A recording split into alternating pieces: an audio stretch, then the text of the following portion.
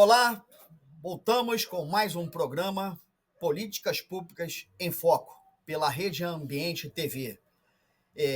Começaremos o programa com uma homenagem especial, como todas as emissoras de rádio e televisão estão, e as redes sociais também estão se manifestando. Perdemos, o planeta Terra perdeu uma pessoa de uma personalidade, de um caráter impressionante, que é o senhor Abravanel, da família Abravanel, o senhor Abravanel, mais conhecido como Silvio Santos. Este homem foi um exemplo de vida, empregou muita gente, premiou muita gente, e espero que o seu programa perpetue, né, o seu projeto de programação perpetue. Criou seus filhos com maior dignidade, ele, claro, sua esposa. É um administrador exemplar, um homem que pode-se, sim, dizer que foi um empresário, um estadista, um diplomata, porque não há ninguém que possa falar uma vírgula de ruim do senhor Silvio Santos. Portanto, a Rede Ambiente TV, diretamente pelo programa Políticas Públicas em Foco, em nosso nome, Jorge Magesse, Gilvaneike de Souza, Samuel Antunes e este apresentador que vos fala, os nossos sentimentos a toda a família, que Deus conforte a cada um deles, e com certeza eu acho que hoje o Brasil principalmente vê Silvio Santos como uma estrela abençoada por Deus, porque esse homem de um caráter tão alto, tão altíssimo, só fez nós sorrirmos e vivemos muitas vezes, entrar nas nossas casas para alegrar as nossas famílias. Descanse em paz, senhor Silvio Santos. Senhores, nós vamos colocar agora uma matéria que é o dia a dia, é o cotidiano aqui das cidades brasileiras, mas que nós não podemos nos calar e cada vez mais marcar, bater, cobrar. Não é possível que nós vivamos, cidadãos de bem, numa situação como essa tão lamentável e a plena luz do dia. Produção, vamos à matéria. Que desgraça. De dia, de dia, ó. De dia, ó. Ó.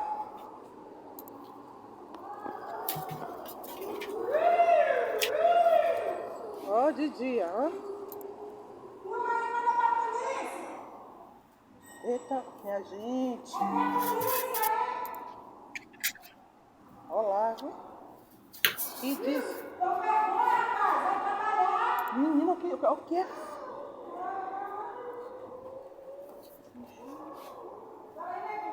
Pronto, foi assim mesmo ontem.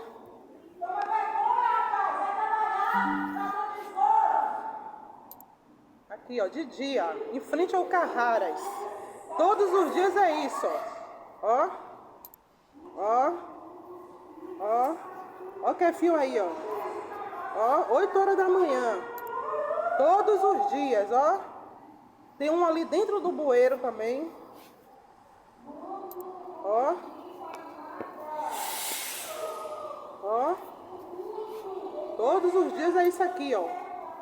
Ó. Cadê a polícia? Ó. Ó pra ali, ó. Ó pra ali, que injustiça. Ó. Ó pra aí, que injustiça aqui, ó. Um absurdo. Ó, ó. Desgraça! Aí, ó. Cadê a polícia? Pra dar fim nesses homens. Cadê a justiça? Bem, senhores, tem uma parte do vídeo em que a pessoa está dizendo de ligar para a polícia e ele ainda faz o sinal de pode ligar para a polícia. Será se ele é uma autoridade? Será se ele é um policial?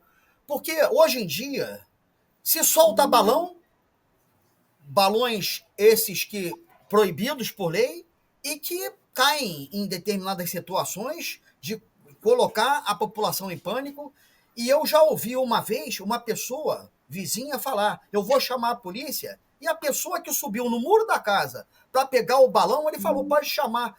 Aliás, não precisa chamar que nós já estamos aqui, eu sou polícia. Olha, gente, é inacreditável o que a gente está ouvindo e vendo em pleno século XXI. Por isso, com a palavra, Samuel Antunes. Lamentavelmente, é uma cena triste de se ver, mas é a realidade. É o que, sobretudo, o Brasil está vivendo. Na fala da sociedade brasileira, e é fato, o Brasil vive um momento de insegurança jurídica, sem politizar, apresentando fatos, em função exatamente da proposta do atual executivo aliado em conluio com o nosso judiciário, sem exatamente dramatizar ou politizar o tema. Não é isso, a finalidade não é esta. A nossa finalidade é apresentar fatos concretos, sobretudo o que nós estamos vivendo na prática. O que temos aí, pela filmagem, pelo vídeo? Exatamente uma expressão da verdade, do cotidiano, do dia a dia do povo brasileiro, sobretudo do povo fluminense carioca. Tornou-se uma prática, afinal de contas foi dito, pode roubar à vontade. Ora, isso é lastimável, é lamentável. Agora, algo de concreto e firme precisa ser feito. Ora, para que algo seja feito, existiria uma normativa aplicável? Sim, nós temos lei para tanto. O Código Penal, por exemplo, no seu artigo, nos falha a memória, 265, o Código Penal diz que possuir, tendo a seguinte redação, que atentar, é o caso, objetivo e diretamente, contra a segurança, é o caso, o funcionamento do serviço de água, luz, esgoto, telecomunicação e por aí se vai, está tipificado como crime, tem a sua pena, sobretudo, tipificada.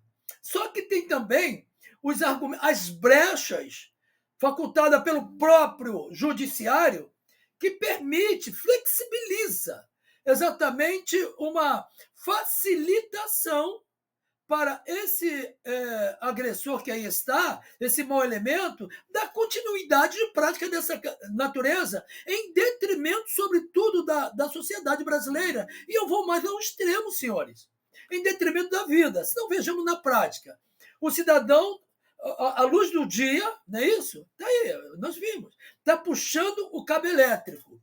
Ora, ele está puxando o cabo elétrico, que pode ser a alimentação de um hospital cujo paciente está na sala de operação naquele momento, ou em um outro procedimento médico que carece de presença imediata ali. Faltou a luz.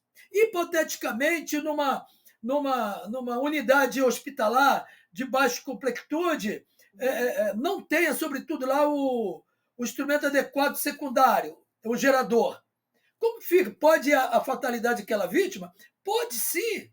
Então, esse elemento não ver. Eu entendo sim, que lei nós temos. Agora, essa lei, as nossas normativas carecem de uma apreciação para que, quando doer, exatamente na sociedade, na índole, no elemento mal, no marginal, a lei, aí sim ele possa exatamente pensar duas vezes quando pensar em cometer esse delito. Nós tivemos agora, é bom que se fale, agora recentemente, agora 3 meses, a Polícia Civil, ele apreendeu cerca de 3 toneladas de fios de cobres desviados no centro do Rio de Janeiro, na capital do Rio de Janeiro, desviados.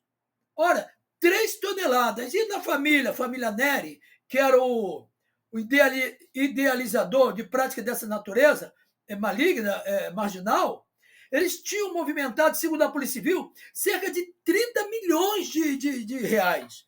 É uma coisa absurda. Foram presos, mas também, agora no mês 6, nós estamos no mês 8, 2 meses atrás, no município do Rio de Janeiro, Arraial do Cabo, se falhar a memória, a Polícia Civil, a inteligência da Polícia Civil e da Polícia Militar, conseguiu tirar de circulação uma quadrilha que desviou milhões em produtos lá do município Arraial do Cabo, mas também da prefeitura, considerando que a prefeitura tem que repor aquele material para questão de emergência. E quem vai pagar esse prejuízo? O povo, a sociedade. Então foi agora, e a terceira vara especializada, tomando as medidas cabíveis, autorizou e foi feita uma operação com sucesso. Isso são 2 casos, entre aspas, senhores, isolados de 3 meses para cá. É possível, infelizmente, que nesse momento alguns cabos telefônicos, também de aqueles celulares, via ótica, né, célula ótica, esteja sendo desviado, furtado nesse exato momento. Está tipificado? Está. Quem adquirir e comercializar material proveniente desses fins aí com essa finalidade, a penalidade inicial é de 3 a 8 anos, segundo o Código Penal, Código de Processo Penal. Eu entendo que deveria ser, no mínimo, até de 15 a 20 anos. Aí começa a moralizar a coisa. Felizmente, nós temos a nossa Constituição, da maneira que está ultrajada, temos o nosso ordenamento jurídico, mas temos sim um judiciário que trabalha para que aquelas normativas não sejam cumpridas a rigor para a felicidade da sociedade. Lamentavelmente, o Brasil hoje tem o judiciário que tem, sobretudo um segmento da sociedade que acompanha aquele segmento do judiciário, e eu falo aqui com um grifo meu, com o meu juízo de valor, o chamado o executivo da situação, infelizmente. Ok, Samuel. Bem, essa situação ela se repete, virou o cotidiano. E o que acontece? Quem paga essa conta? Porque esses furtos de cabos, alguém vai pagar a conta. E nós sabemos quem sabe, quem é, né? O consumidor final. E aí nós ficamos com essa vulneráveis perante isso, porque nós pagamos uma prestação de um serviço, somos lesados por esses que cometem o crime, né? E somos penalizados no aumento da conta, porque alguém vai ter que pagar por aquela despesa, aquele prejuízo que a prestadora de serviço, a concessionária, ofereceu, né? E aí, como é que fica essa situação? Nós vamos continuar batendo na mesma tecla, recepcionando essa mesma coisa diariamente, e não se combate os ferros velhos, porque se tem o furto, é porque tem quem compre. Nós cansamos de falar isso, né? Nós estamos cansados de falar isso. Se há furto, é porque há quem compre. E os ferros velhos? Por que não se fecha os ferros velhos? O que é que está acontecendo? Qual é até onde nós vamos chegar a ponto de conviver com isso? Nós vamos virar o quê? Seres miseráveis? Gilvanei, com a palavra. Ok, Américo, mais uma vez agradeço a participação. Bom, vamos lá, vou pegar do final da sua fala para o início. Por que não se combate os ferros velhos? Porque tem gente levando grana, principalmente quem trabalha na segurança pública. Leva um dinheiro justamente para manter esse tipo de situação.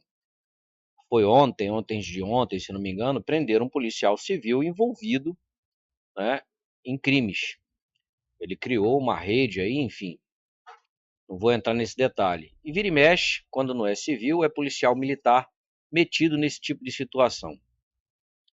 E aí nós temos uma legislação, né, as tipificações da nossa legislação penal é velha demais, 1740, 1900, isso é muito tempo.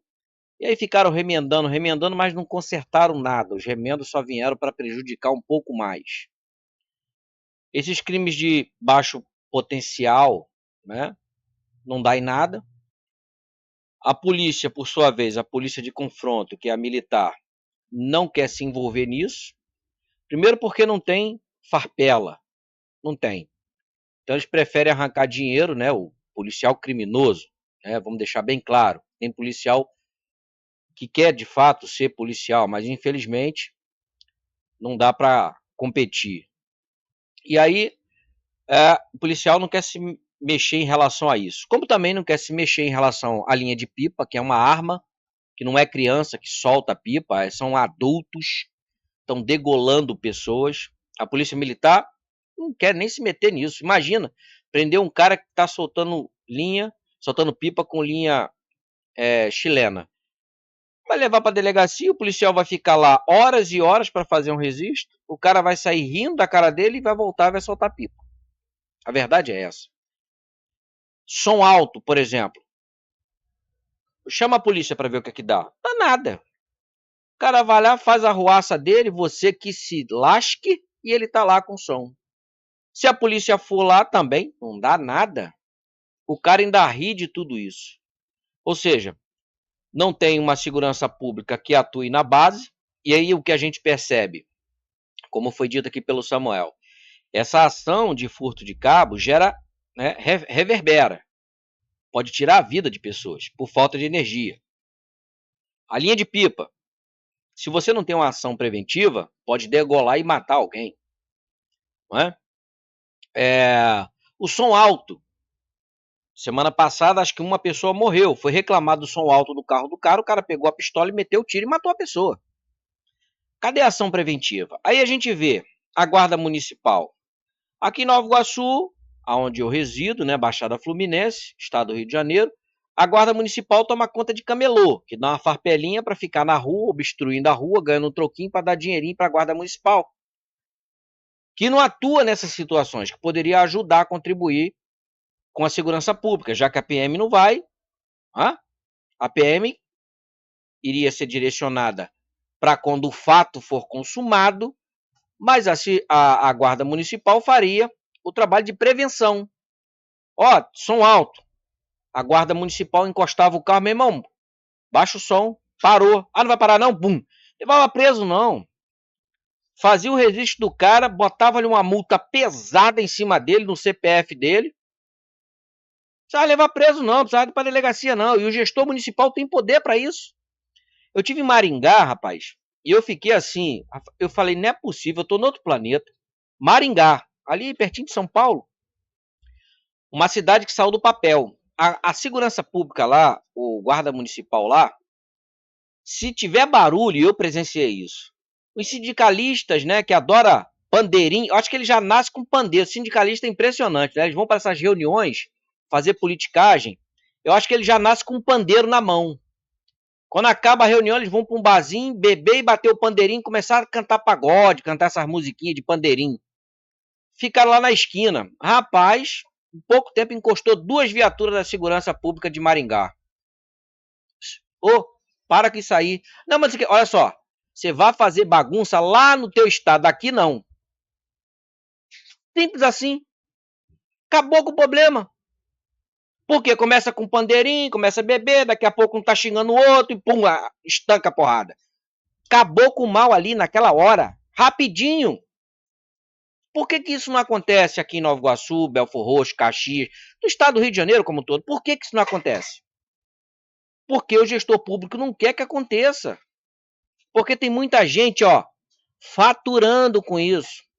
Presídio cheio de gente é dinheiro no bolso de muita gente. Um preso custando R$ 3.500, enquanto o trabalhador tem que se lascar de trabalhar para ganhar um salário mínimo e ainda sustentar a sua família, botar o arroz e feijão na mesa, enquanto o bandido foi, roubou, matou, estrupou, vai ficar lá preso, custando R$ 3.500 para o Estado e a família dele não recebe auxílio reclusão. Tá de sacanagem. Aí, só eu que sei disso? Os políticos aqui não sabem? Mas esse outro dia, numa entrevista que nós estávamos fazendo aqui em Nova Iguaçu, ele tocou nisso. Será que o político aqui, por exemplo, aqui, os secretários aqui de Nova Iguaçu, não vão para Venezuela, Colômbia, eles só vão para França, Itália, Estados Unidos, visitar a Disney. Eles sabem disso tudo, eles sabem o que fazer, como fazer, e não fazem por quê? Dinheiro Isso mantém uma rede de advogado covarde, pilantra, que vai defender bandido. E uma coisa que eu não entendo, porque o bandido ele rasgou a Constituição. Então ele não merece ser defendido. Ele tem que ter um advogado, sim, para fazer com que ele venha pagar a pena de acordo com seu crime, mas não para defendê-lo. Não para defendê-lo. O advogado de um criminoso está ali para que não haja excesso no cumprimento da pena que ele vai ter que cumprir, porque ele cometeu um crime, ponto. Então o advogado não está ali para defender ele. Mas só que eu vejo alguns advogados, não, aqui é meu cliente, eu estou aqui para defendê-lo. Aí você olha para cada advogado, pô, tem que prender ele também. Porque se o cara é bandido, tem filmagem, gravação, aí vem uma pessoa defender, o que? É cúmplice? É parceiro? Como é que é isso? Porque eu, como cidadão, se eu presenciar um crime e não denunciar, eu me torno cúmplice ou omisso. E omissão é crime. Eu vejo advogados na maior cara de pau, deslavada, defendendo criminoso que está mais do que comprovado. Ou seja, o criminoso rasgou a base legal e vem um advogado com a cola, colando a base legal para defender o cara que rasgou a base legal. Em resumo, é isso? Então, meus amigos e aos nossos web espectadores, o Brasil está de cabeça para baixo. E não é qualquer um que vai resolver, que vai conseguir resolver essa problemática nossa no Brasil. Principalmente em alguns estados como o Rio de Janeiro. O Rio de Janeiro se tornou uma imensa comunidade. Eu, quando criança, meus 15, 16 anos, eu ia para Copacabana, eu ia para Praia da Baixada. A Praia da Baixada era Ramos. Nós pegávamos o ônibus, o Evanil, era os ônibus velhos da Itapemirim, que vendia para a empresa Evanil, que fazia Nova Iguaçu Central. Ramos era a Praia da Baixada, areia branquinha. Ainda era limpa naquela época. E nós olhávamos para aquelas montanhas, aqueles morros, só tinha verde, uma outra casinha. Hoje você já não vê quase verde, é só casa mal acabada. Áreas com 200 e tantos mil habitantes. É uma cidade dentro do Rio de Janeiro. Se você colocar hoje as comunidades, que eu digo que o Rio de Janeiro é uma comunidade, mas se você colocar hoje essas áreas, a população dessas áreas, que estão em área não edificante, área que não deveria sequer ter gente morando, e o mais interessante, gente que sequer é daqui. Vieram do Amazonas, do Pará, do Maranhão, da Paraíba, porque lá não tem condição, eles vêm para cá. Chega aqui, não tem como competir, vai fazer o quê? Morar em área de ninguém, terra do nunca. Beira de rio e morro. Não tem como fazer nada, ou vai ser empregado doméstico, ou vai trabalhar de peão, aí, ou, se não conseguir, vai ser o quê? Vai virar amigo de bandido, porque tem que comer. E o governador, a esse que se lasque, né? Que se vire para organizar isso. Então, o Brasil, ele está de cabeça para baixo, não é de hoje. O programa de aceleração do crescimento jogou dinheiro em estados que não deveria ter um centavo. O programa de aceleração do crescimento jogou dinheiro Rio de Janeiro, São Paulo, Minas, Rio Grande do Sul. Municípios como Nova Iguaçu recebeu mais dinheiro do programa de aceleração do que muitos estados. Nova Iguaçu está um lixo. O prefeito da época, sem vergonha, meteu a mão, mas assim, escancarado, ainda antecipou 5 anos de royalties de petróleo. E o município de Nova Iguaçu está largado. Então, não é falta de recurso. O problema é que nós temos uma sociedade que não cobra, não sabe cobrar, e tem uma outra parcela, que eu acho que é a maior, e tenho certeza disso, não nem acho, tenho certeza, até por conta do cenário político que a gente vê, que não quer que mude, porque surfa nisso. Hoje, se aparecer alguém de caráter para ser governador ou prefeito do Rio de Janeiro, não ganha. Se o camarada se lançar prefeito do Rio de Janeiro, falar que vai acabar com o banditismo, com a desordem, ele não leva, porque a maioria, infelizmente, são pessoas que não prestam, não vão querer mudar, porque eles não pagam luz, não pagam água, não pagam internet, não pagam nada. Ainda recebe auxílio, Bolsa Família, Bolsa disso. Você acha que esse pessoal vai querer trabalhar? Você acha que esse pessoal vai querer votar em alguém sério? Vai sonhando. Então, Américo, Magesse, Samuel, o Brasil, o estado do Rio de Janeiro principalmente, está numa situação que eu vou te falar um negócio. Não é fácil, não. Esses furtos de cabo, isso aí é o mínimo. É furto de cabo, furto de celular, furto de alimento, furto que você puder imaginar. Deixar o carro na rua hoje, se você volta, não tem pneu, não tem bateria, isso se não tiver o carro, desaparece até o carro. É desse jeito. E dá o quê? Um indivíduo com 15 passagens. Uma vez eu estava na delegacia da Civil, aqui próximo, o policial militar indignado, falou, rapaz, já prendi esse cara 10 vezes. Eu não aguento mais. Eles ficam acuados, porque não pode fazer nada. Tipo assim, puta, eu tô prendendo o cara 10 vezes. O cara é bandido.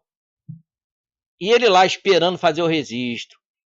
Revoltado da vida dele, porque além de ser um cidadão cumprindo um papel de segurança pública, ele é um pai de família também, bicho.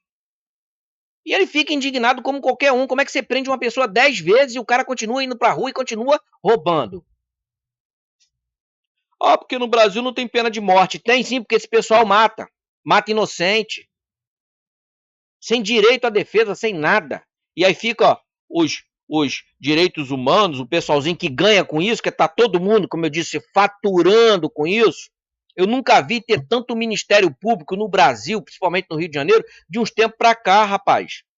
Aí eu te pergunto, quanto custa manter a estrutura de um Ministério Público aqui em Nova Iguaçu?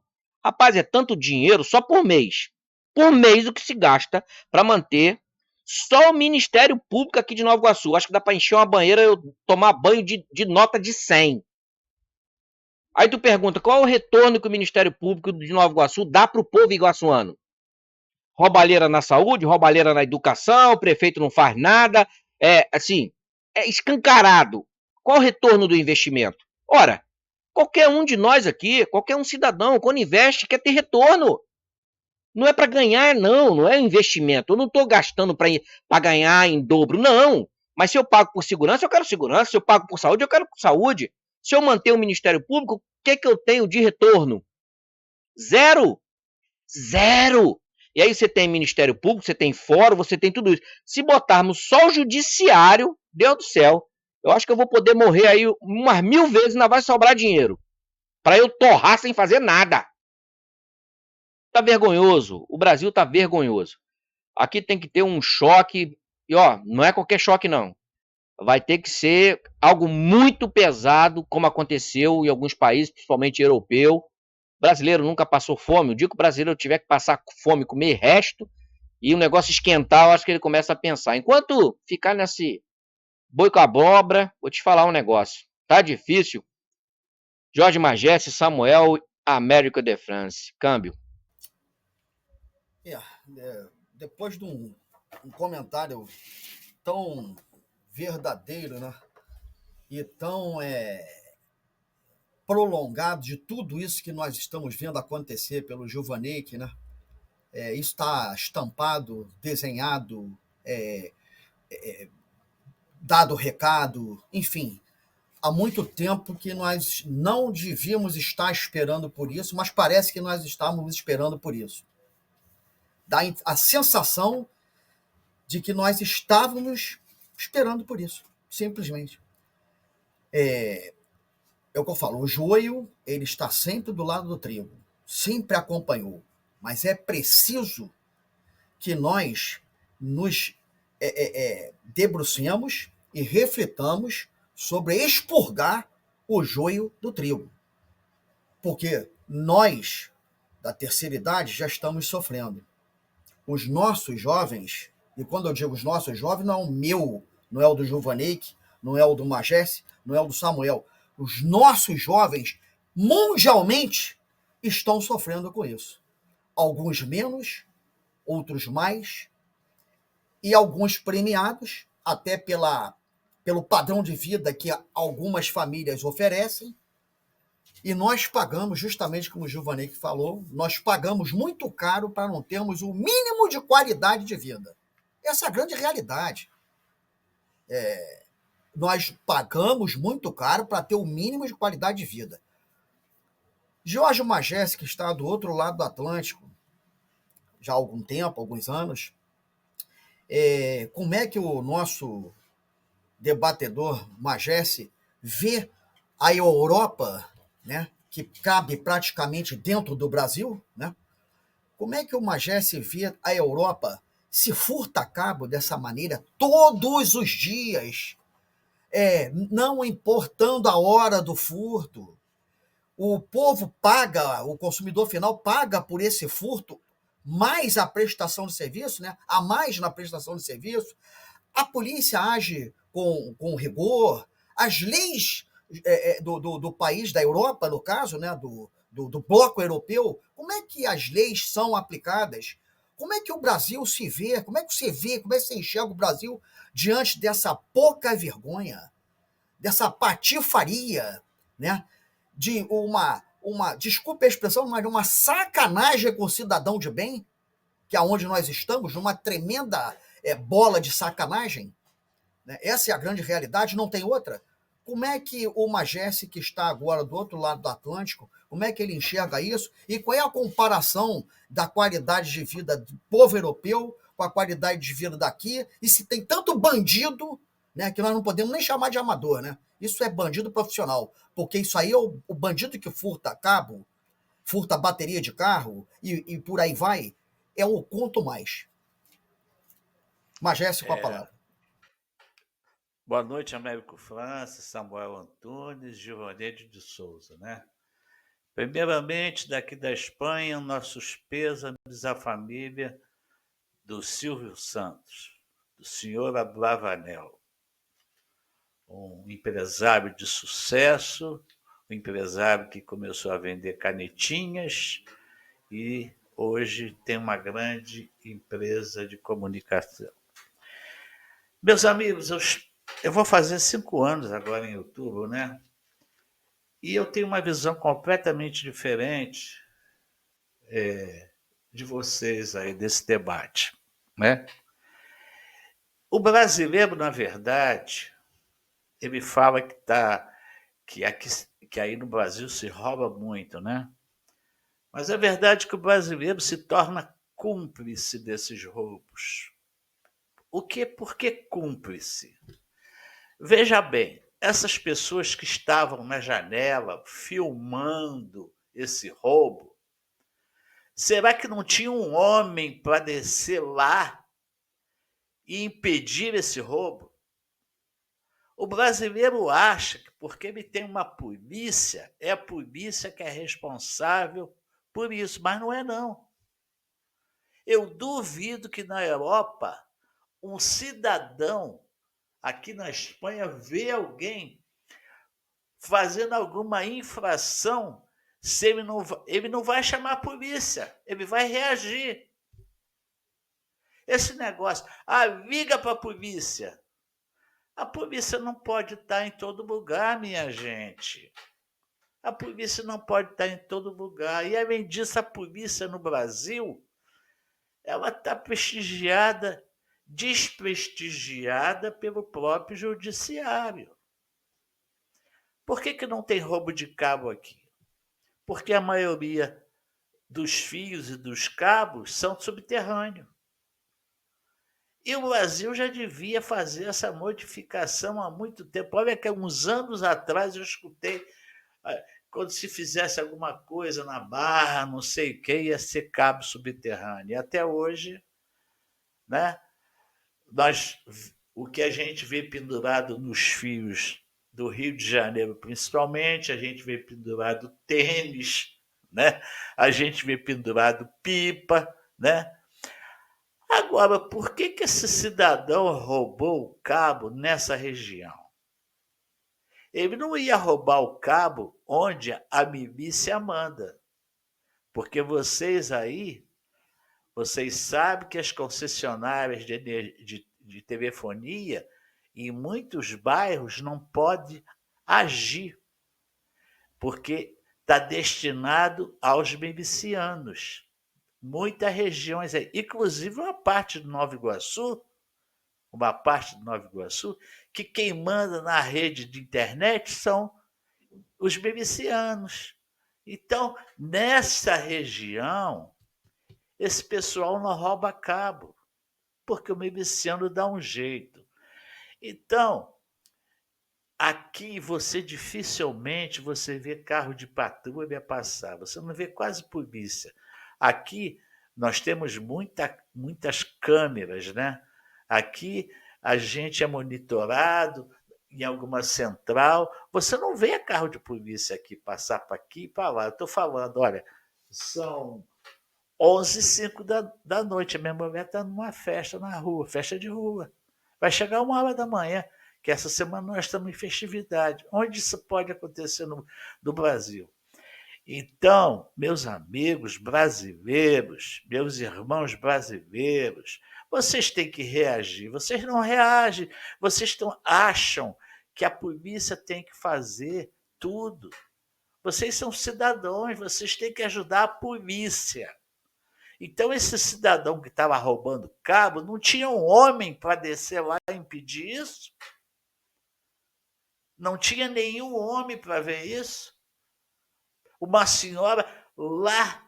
Será que essa senhora que estava observando aquilo tudo, será que ela ligou para a polícia?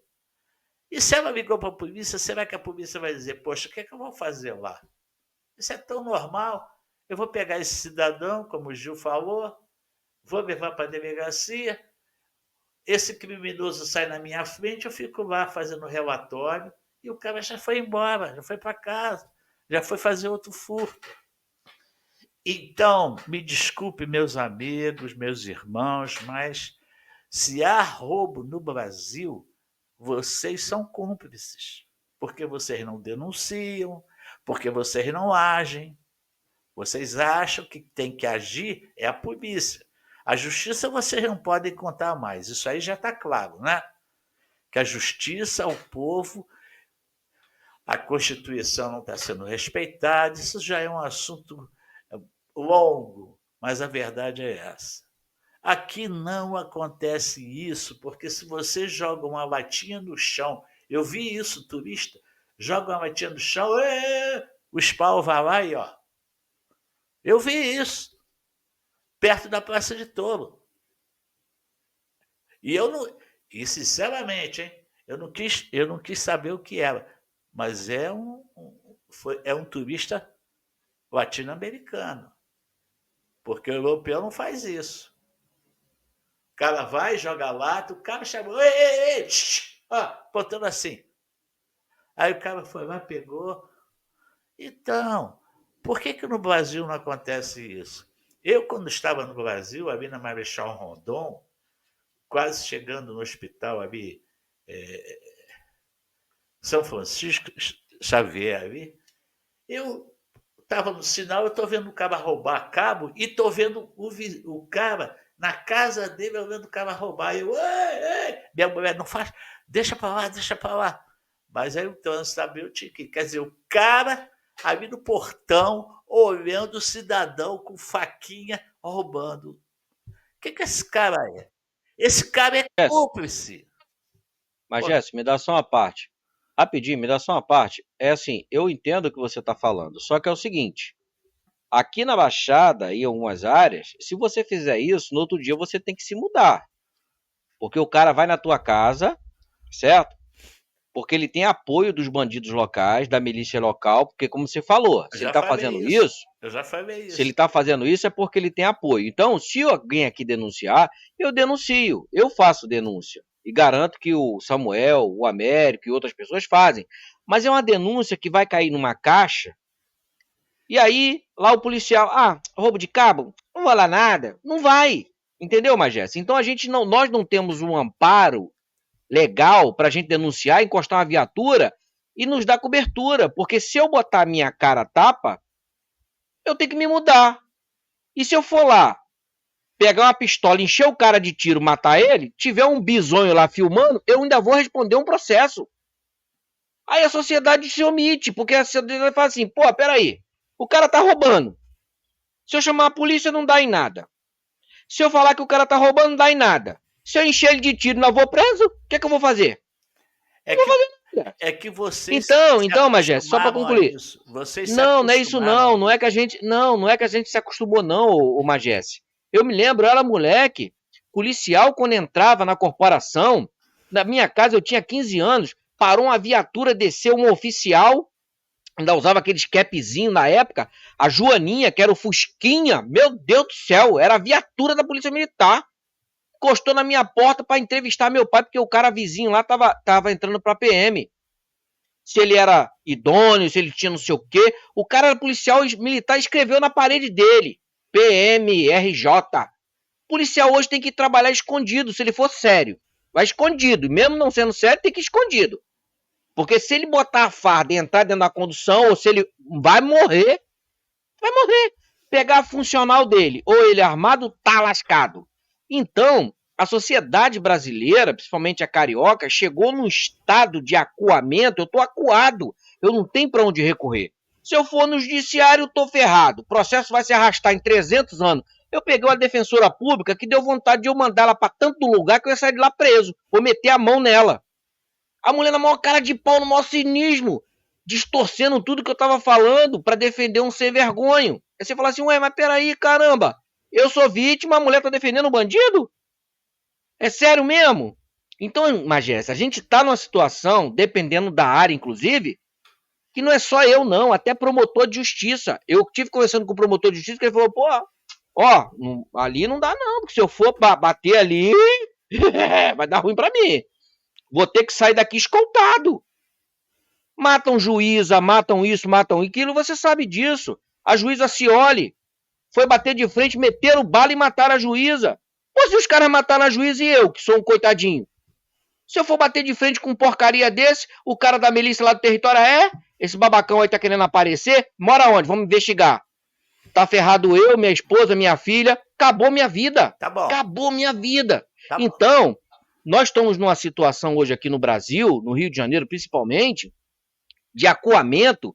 Eu converso com o professor da escola da minha filha, ele fica indignado, mas o que ele vai fazer? Manda ele bater de frente com um aluno que tá lá quebrando a escola. Manda ele bater de frente. Acabou a vida dele. Ele vai deixar de ser diretor, vai ter que sumir dali. Você tá entendendo?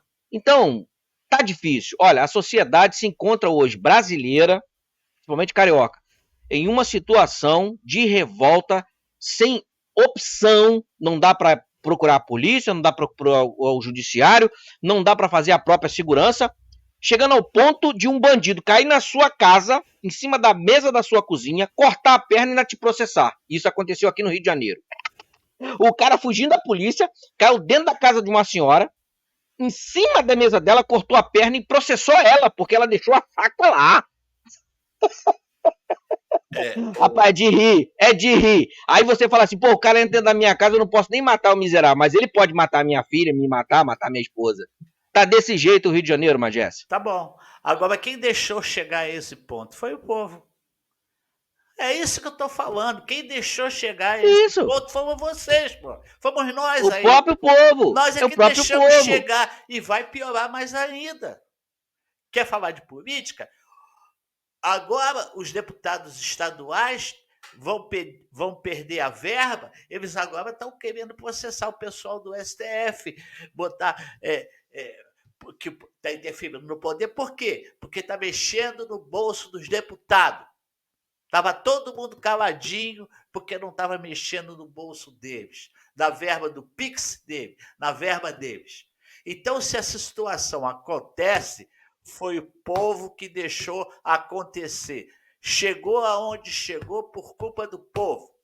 O povo hoje, na sua cumplicidade, acha que a polícia tem que resolver tudo. O povo não quer resolver nada. O povo não quer resolver nada. É aquela história antiga que vocês já viram na internet. Bota cadeado na porta, faz seguro do carro, faz isso, faz aquilo, vai, vota no ladrão. Vota em todos os ladrões aí. Então o povo deixou acontecer isso. Você acha que isso aí vai melhorar? Não, vai piorar. Vai piorar. Cada dia mais está pior. Porque o povo está com medo, agora o povo está acuado. Por que deixou acontecer? Você se lembra de tolerância zero que houve em Nova York?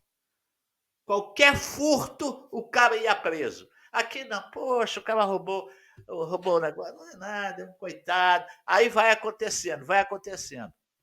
Por que a concessionária de telefonia, de energia elétrica, não reclamam. Por quê? Porque vocês é que vão pagar a conta. É vocês que vão pagar a conta. Entende? Ela vai lá, repõe. Eu já falei a você, Gil. Aqui tem 9 empresas de concessionária de energia elétrica. Eu já falei a você que eu não pago nem 12, 13 euros por mês de energia elétrica. Aqui não tem roubo de cabo. Porra, eu quero ver o cara subindo. Aqui não tem fio, né? Se subir num poste aí, você vai ver o que vai acontecer. Vai descer todo mundo na rua e vai dar uma surra no cara. E por que no Brasil não faz isso? Porque vocês são cúmplices da violência. São vocês são cúmplices. A verdade é essa, tá? Essa senhora que está vendo lá, filmando, ela é cúmplice daquilo. Ah, mas se eu fizer isso... Agora, meu amigo, agora estão acuados, agora o povo está com medo, agora não adianta. Agora não adianta, deixou acontecer, agora não adianta. Ah, mas a Europa... Olha, eu sempre bato na educação, né? Crianças abandonadas na rua, crianças que só vivem na rua no Brasil, porque não interessa colocar na escola. Bota a criança de 9 às 5, como existe na Europa, que a criança, ela não vê violência, ela não pratica violência. Então, a criança, na TV, aquelas novelas pornográficas que passam aqui, a televisão na Espanha é uma porcaria, porque é conservadora. Não tem essas sacanagens que vocês têm aí, das redes aí, em novelas. Mas vocês aceitaram isso tudo, minha gente. A culpa é de vocês aceitaram e estão aceitando cada vez mais. Estão aceitando que a justiça não compra a Constituição, estão aceitando as mentiras. Vai aquele cara que mora lá que é o presidente da República, fala que o político tem que mentir, você tem que fazer uma narrativa. E o povo não está escutando isso, minha gente. O povo não escuta. Agora, o coitado que está passando fome e que sabe que não tem justiça nesse país, ele aproveita, vai lá no buraco, pega não sei quantos quilômetros de fio e vai vender, poxa, porque tem uma casa que compra aquilo. E a polícia não vai lá, porque se a polícia for lá, não vai dar em nada também. Ah, é culpa da polícia? Não. A culpa não é da polícia. A culpa é do povo que não reage, que aceita tudo. Vocês estão pagando é suborno, não é imposto. Vocês estão pagando é suborno. Isso aí não é imposto, é suborno. Vocês estão pagando tudo e ficam calados. Vocês não reagem, tá? Vocês não reagem. Para onde vai esse dinheiro? Para onde vai esse dinheiro? Então, não adianta. Vai ter uma nova eleição, vamos ver. Vão votar no ladrão. Por qualquer... Ah, vou te dar... Antigamente eu me lembro, o cara dava o pé esquerdo do sapato. Olha, se eu for eleito, eu te dou o pé direito. Isso é antigo no Nordeste. Isso é antigo. Eu vou te dar a sandália do lado do pé esquerdo. Se eu for eleito, te dou Então, quantos eleitores vocês ganharam? Então, olha, eu sempre falo isso, eu não estou no paraíso aqui, não, tá? Mas hoje eu não aceito, eu até me penitencio, eu digo, meu Deus do céu, como eu fui um grande idiota, como eu fui cúmplice, como eu participei disso, como é que eu pude participar disso? Eu só dou graças a Deus, graças a Deus eu dou, e agradeço a Deus. Eu tenho um filho que vive nos Estados Unidos, tenho 2 netas nos Estados Unidos, tenho uma filha que vive aqui, tenho 2 netos aqui. A educação, eu sei que a minha neta tem uma educação excelente nos Estados Unidos, meus netos vão ter uma educação aqui, vão ter saúde aqui. Eu tenho saúde aqui, pagava 2 mil e tantos reais para não ter saúde. Eu tenho uma enfermeira e eu tenho um médico de cabeceira. Quando é que vocês vão ter isso no Brasil? Vocês só vão pagar o absurdo lobby. Eu falei lobby. Quer dizer, não vamos botar linha de estrada de ferro, porque senão a gente vai prejudicar o pessoal do ônibus. O pessoal do ônibus financia a campanha de muitos deputados. Então, lá o seu Barata, seu Bosca, não sei o quê, olha, esse projeto não pode ser aprovado, porque, poxa, né?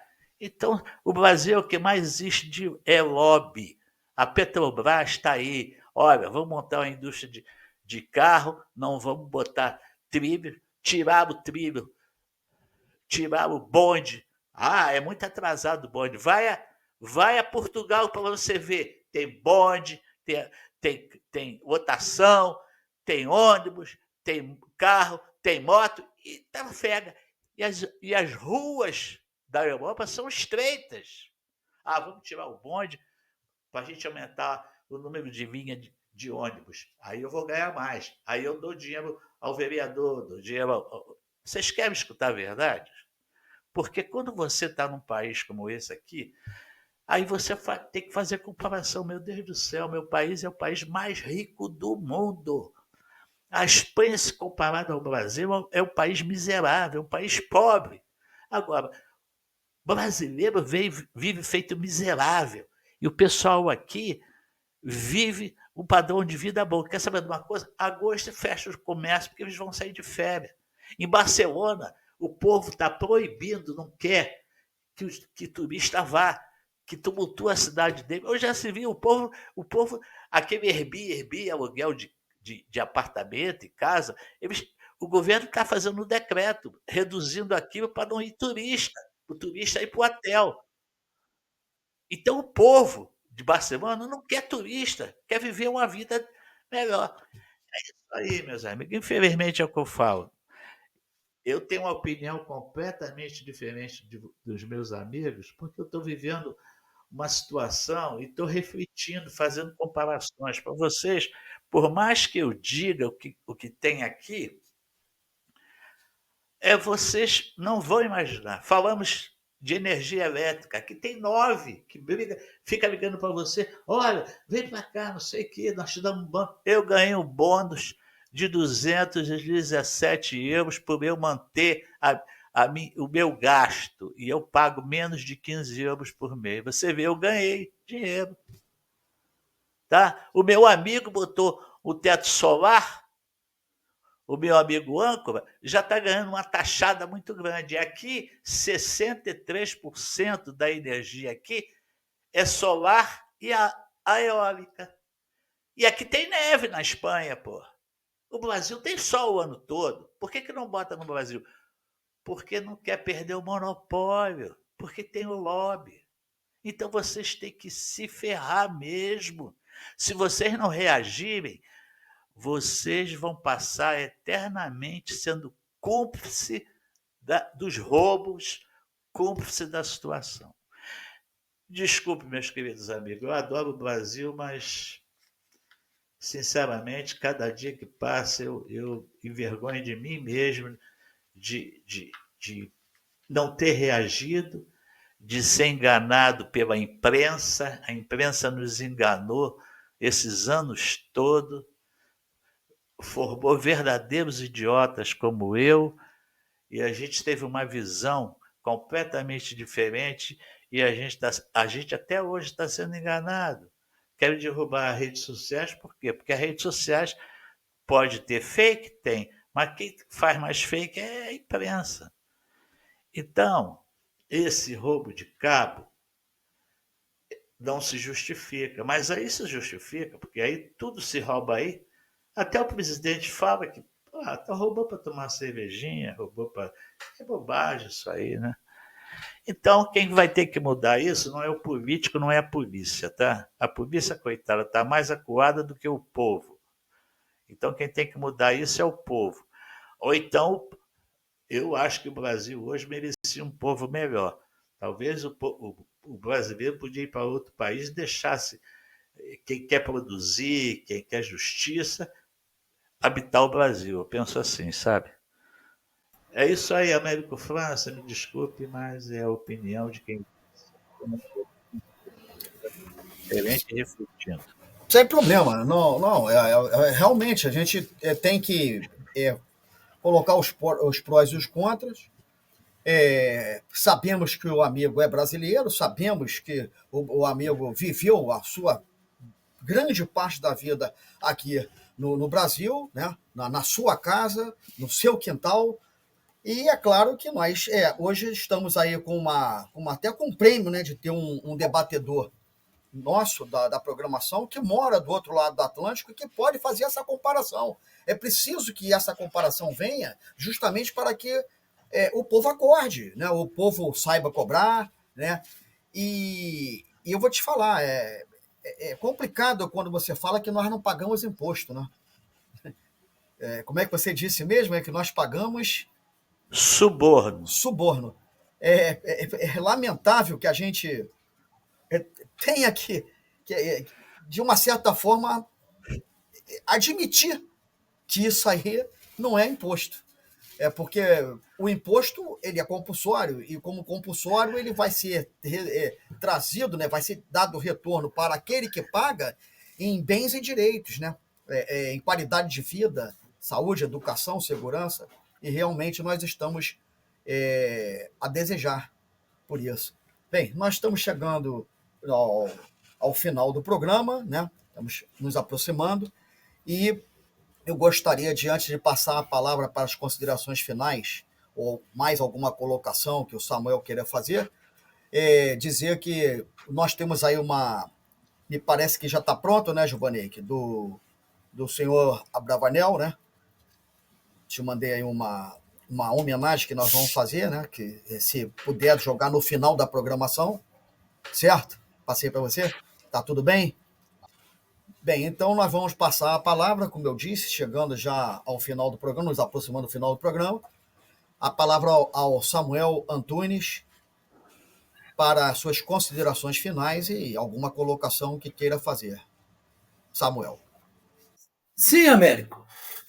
Vou ser breve, sucinto, e vou fazer exatamente um adorno na fala do Magesse, mas também na fala do Givaneico. Ora, o que nós eu concordo em termos com o Magesse nesse sentido. O povo é culpado. Sim. É culpado porque vota mal, cobra mal e por aí se vai. Agora, note bem, aquele senhor, ele se enquadra, tem quadro para ele. Código Penal, artigo 265, né, que diz lá, se fala a memória, atentar contra a segurança ou funcionamento de serviço de água, de luz, de força, de calor, né, e qualquer outro meio de utilidade pública. É o caso. Então, no mínimo, ali o 265 do Código Penal.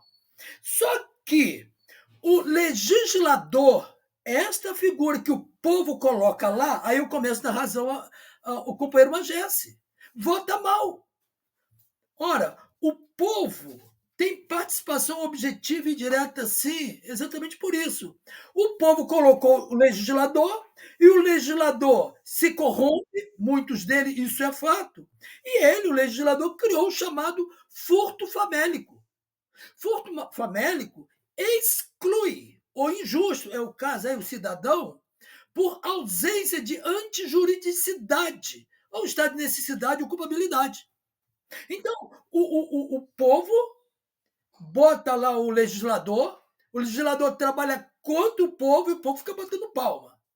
E esse mesmo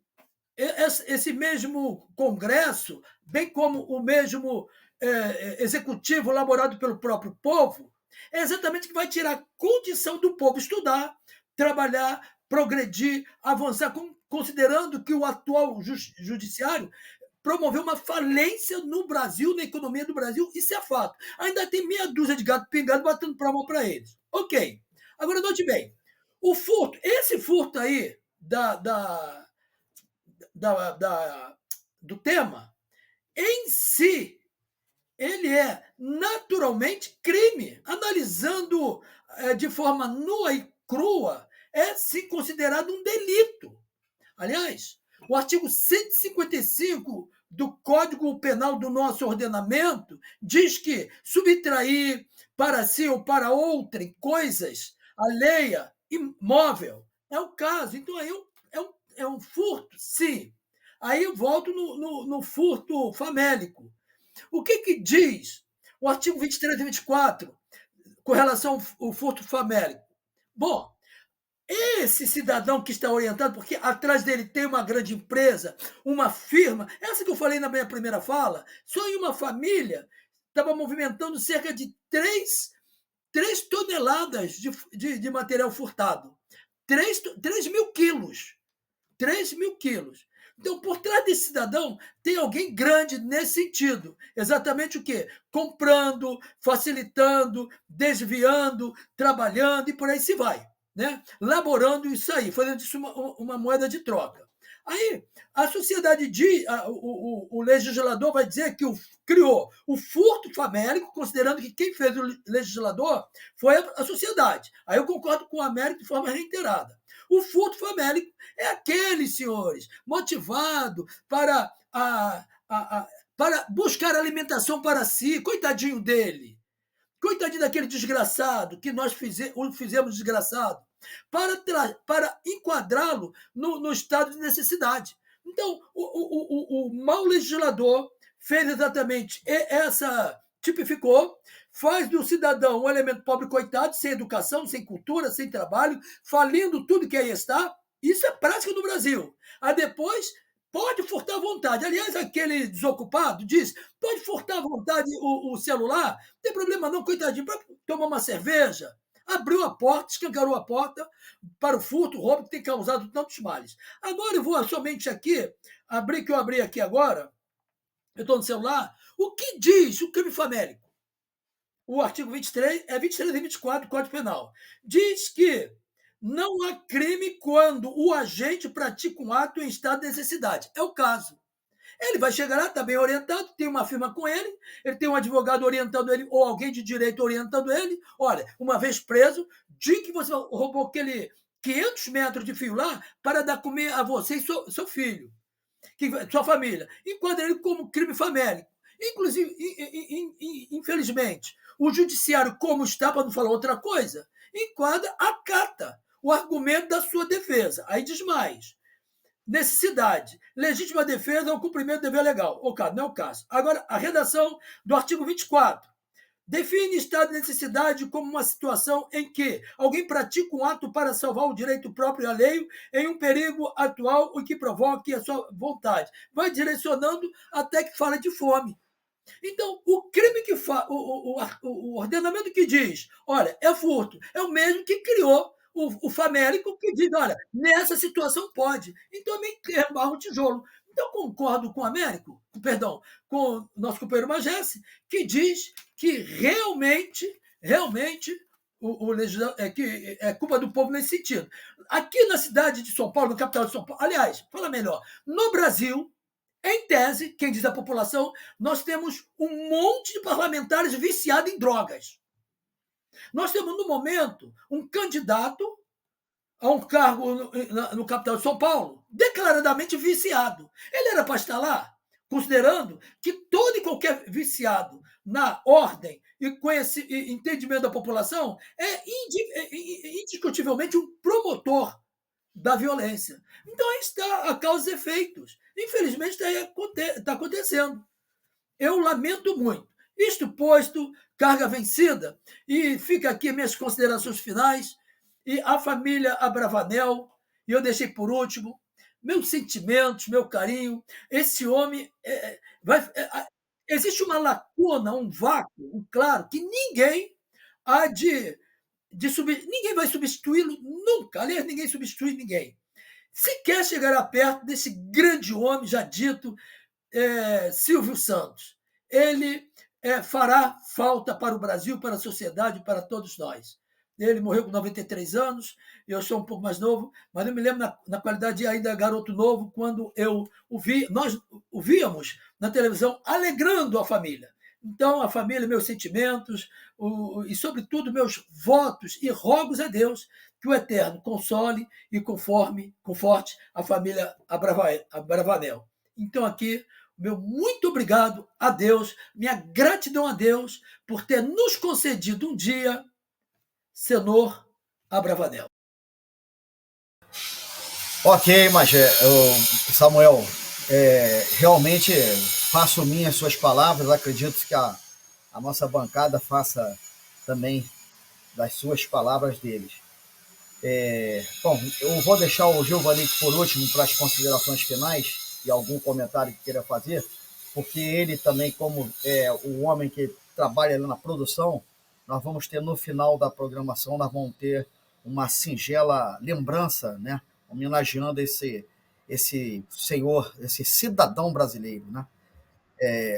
Jorge Magesse, com a palavra, suas considerações finais e alguns comentários que queira ainda. Meus irmãos, meus queridos brasileiros, eu já passei dos 70 anos, né? E, na verdade, que eu fui covarde durante muito tempo, como hoje ainda é o povo brasileiro. Mas nesses meus mais de 70 anos, analisando tudo que eu passei no Brasil e que passo aqui hoje, eu sempre falo que isso aqui não é um paraíso, mas eu tenho que ver a diferença entre o Brasil e a Europa. Eu tenho que discutir isso me chateia bastante, mas é uma questão que eu sempre falo de educação. Enquanto as crianças estiverem na rua, as crianças vão absorver tudo isso que acontece no Brasil.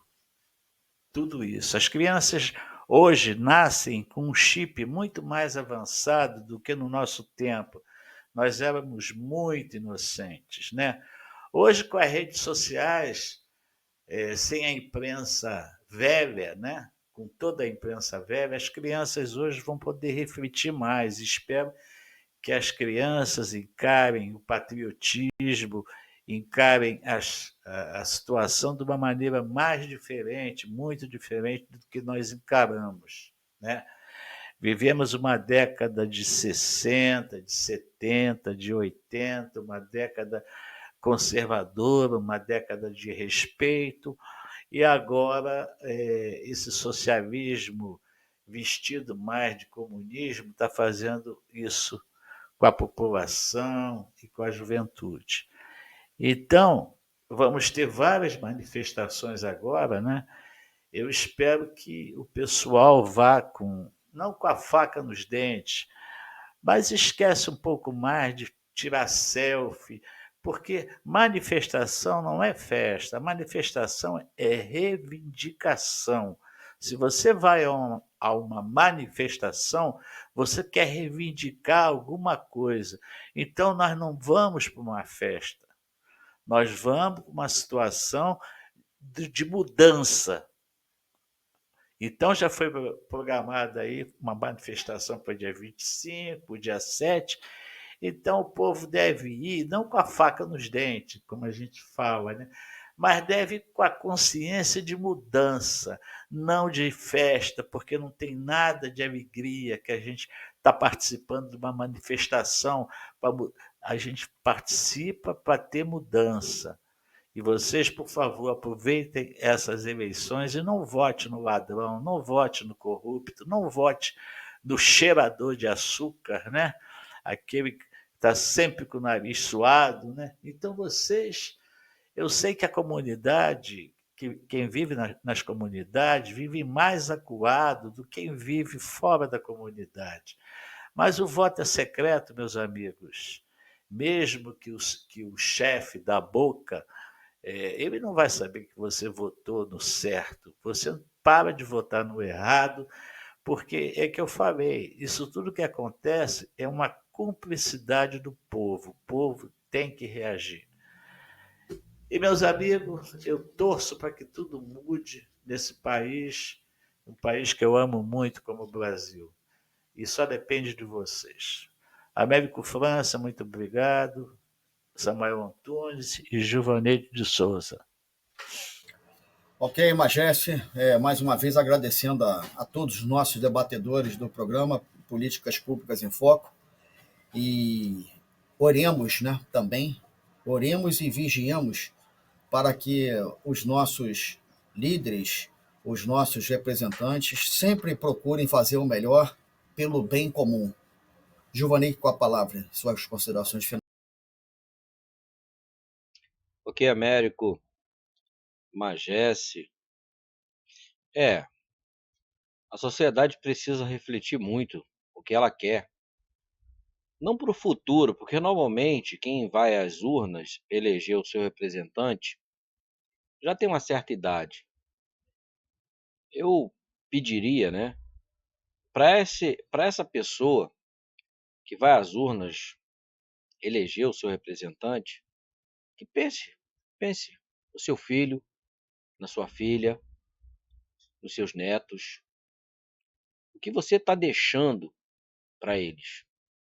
Vale a pena você tentar satisfazer ali algo momentâneo, uma determinada situação, que no futuro vai reverberar em uma situação onde seu filho, sua filha, seu neto ou sua neta vai sofrer, e vai sofrer não é pouco não, é muito. A gente está vendo aí em alguns países o sofrimento de que uma ditadura causa.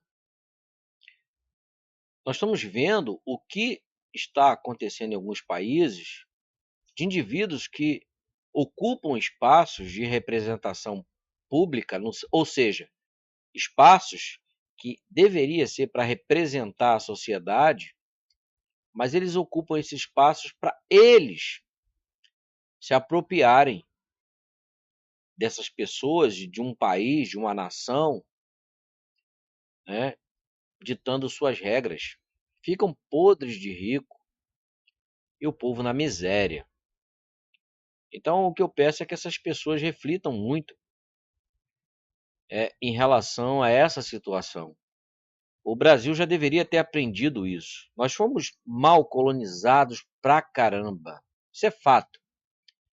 Algumas áreas do Brasil, como as áreas do Sul, tivemos um processo de colonização de uma cultura diferenciada. Tanto que o Sul é diferente dos demais estados. Eu costumo dizer o seguinte: do interior de São Paulo para baixo do mapa brasileiro, a cultura é desenvolvimentista. É uma cultura que atende os anseios de uma sociedade. Uma prefeitura, um governo, é um condomínio. O prefeito é o síndico, o governador é um síndico. Mas quem mantém num condomínio o síndico são os moradores. Então, cabe à sociedade ser esses moradores. Cabe à sociedade cobrar do seu síndico, do seu prefeito, do seu governador, do seu vereador, do seu deputado estadual, federal, porque você está pagando o salário dele. E ele está falando em seu nome. E o que ele fala e escreve em seu nome passa a valer. E vai reverberar, vai refletir na vida dos seus filhos e dos seus netos. Infelizmente, o brasileiro ainda não chegou com esse entendimento. Principalmente quando a gente sobe o mapa, né? Do interior de São Paulo para baixo, o pessoal tem um entendimento diferenciado. Mas de São Paulo para cima, infelizmente, o pessoal é muito individualista, emergencialista, pensa com a barriga e não com a cabeça, só vê o momento e não o futuro. Infelizmente, é assim que está sendo o Brasil. Então, o que a gente espera é que isso mude, né? Para que a sociedade brasileira e o Brasil, que é rico, possa de fato fazer jus a essa riqueza. Se o povo brasileiro fosse o mínimo conscientizado, o mínimo politizado, o povo brasileiro teria uma vida melhor do que qualquer país de primeiro mundo. Estaria melhor do que os Estados Unidos, Japão, China. Todos esses países aí não têm o que nós temos. Nós temos diversidades energéticas, hídricas, minerais, naturais. O Brasil é um dos maiores, ou talvez o único fornecedor de extratos naturais no mundo que saem das nossas florestas. O Brasil é fornecedor de minérios que só tem aqui no Brasil, que dá boa vida para muitos países. E por que o povo brasileiro vive em tanta miséria? porque o povo brasileiro ainda não reconheceu o país que vive e não valorizou e não valoriza esse país. Fica imaginando coisas, esquecendo daquilo aquilo que está ao alcance das suas mãos, que é o controle. O controle está nas mãos do povo brasileiro.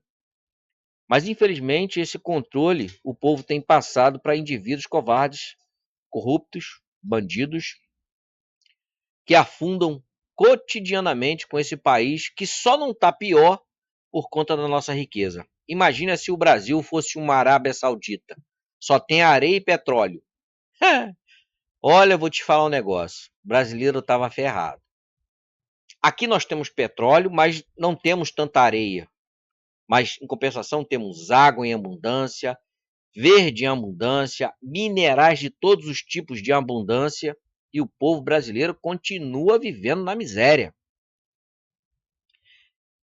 E quando a gente para pensar o porquê, é justamente porque a população, a maioria da população brasileira, emergencialista, medíocre, covarde, que só pensa em si, nem nos seus filhos, nem nos seus netos, essas pessoas pensam, porque se pensassem, não fariam o que estão fazendo, aonde o controle está em suas mãos, elas negociam, vendem esse controle por um suposto benefício que não beneficia em nada. No final das contas, elas ficam como estão, miseráveis, sempre miseráveis. Então, a todos que estão nos assistindo, eu espero isso, eu espero que o povo brasileiro acorde dessa letargia, né, que está vivendo e consiga enxergar o que nós e algumas pessoas já estão enxergando para que o Brasil possa sair dessa situação. Obrigado, Américo de France, Magesse, Samuel, um abraço. Ok. Bem, chegamos ao final do nosso programa, agradecendo sempre aos nossos debatedores, né, que são os colaboradores para poder alavancar com a qualidade desse programa. E senhores e senhoras que vão assistir, que assistem, vamos refletir sobre o que os nossos colegas acabaram de tecer de comentários hoje nessa programação, e principalmente agora com a finalização do Gilvaney, é motivo de reflexão, é motivo de orgulho a gente pensar não em nós mesmos, mas pensar além de nós, no nosso próximo, que assim seja. Ficamos então com a alegria daquele que nós nos despedimos da matéria. Produção no ar.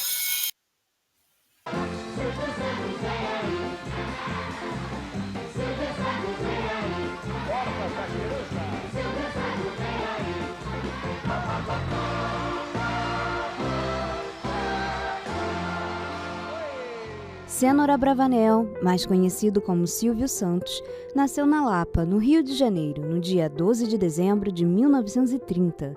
Aos 16 anos, ele foi trabalhar vendendo capas de plástico para títulos de eleitor no período das eleições. Filho primogênito dos imigrantes Alberto e Rebeca, o camelô criou brincadeiras com moedas e baralho, e foi assim que, ainda adolescente, descobriu o talento para os negócios e a comunicação. O primeiro emprego como locutor numa rádio veio depois de um concurso para locutores. Na década de 50, o apresentador assinou seu primeiro contrato como locutor da Rádio Nacional, em São Paulo. A estreia na televisão aconteceu no início dos anos 60, na TV Paulista. Vamos Brincar de Forca foi seu primeiro programa. Silvio comprou 2 horas da programação para promover seu empreendimento, o Baú da Felicidade. Era o primeiro passo para criar o programa Silvio Santos, que em pouco tempo se tornou um dos mais famosos do Brasil. O programa continuou no ar mesmo após a venda da TV Paulista, que se tornou a TV Globo São Paulo em 65. Vamos ver, é mais ou é menos? É mais! Em 1976, Silvio inaugurava a sua própria emissora, o canal Estúdio Silvio Santos, a TVS. Já em 81, ele ganhou a concessão de 4 canais que juntos formariam o Sistema Brasileiro de Televisão, o SBT. Em 1989, o apresentador se candidatou à presidência da República. Mas faltando uma semana para a eleição, a Justiça Eleitoral cassou a candidatura de Silvio Santos porque o partido dele, o extinto PMB, Partido Municipalista Brasileiro, não tinha feito convenções como manda a lei. Pai de 6 meninas, Silvio Santos teve 4 filhas com sua atual esposa, Iris Abravanel, e 2 com a primeira esposa, Cidinha, que morreu de câncer em 1977. A maioria das herdeiras trabalha com o pai no SBT. Silvio foi homenageado no Carnaval de 2001 pela Escola de Samba Tradição, do Rio de Janeiro. O enredo Sorriso do Patrão tomou conta da Sapucaí naquele ano. Um dos fatos que marcou a vida de Silvio aconteceu em agosto de 2001, quando a sua filha Patrícia Abravanel foi sequestrada na porta da própria casa, no Jardim Morumbi, em São Paulo. 2 dias depois, um dos sequestradores, fugindo da polícia, entrou na casa de Silvio Santos e fez o apresentador refém. A cobertura ao vivo do episódio parou o Brasil. Silvio ajudou a negociação com a polícia e, depois de 7 horas sob a mira de uma arma, tudo acabou bem com a rendição do bandido. Nos últimos anos, Silvio Santos se envolveu em polêmicas e o comportamento dele foi alvo de críticas nas redes sociais. Ao longo de sua carreira, Silvio se afastou da TV poucas vezes por conta de problemas de saúde. No início de 1998, o apresentador foi diagnosticado com um tumor na garganta e enfrentou o risco de perder a voz. Em 2013, fez um tratamento para combater um câncer na próstata. Mais recentemente, durante a pandemia do coronavírus, ele precisou se afastar.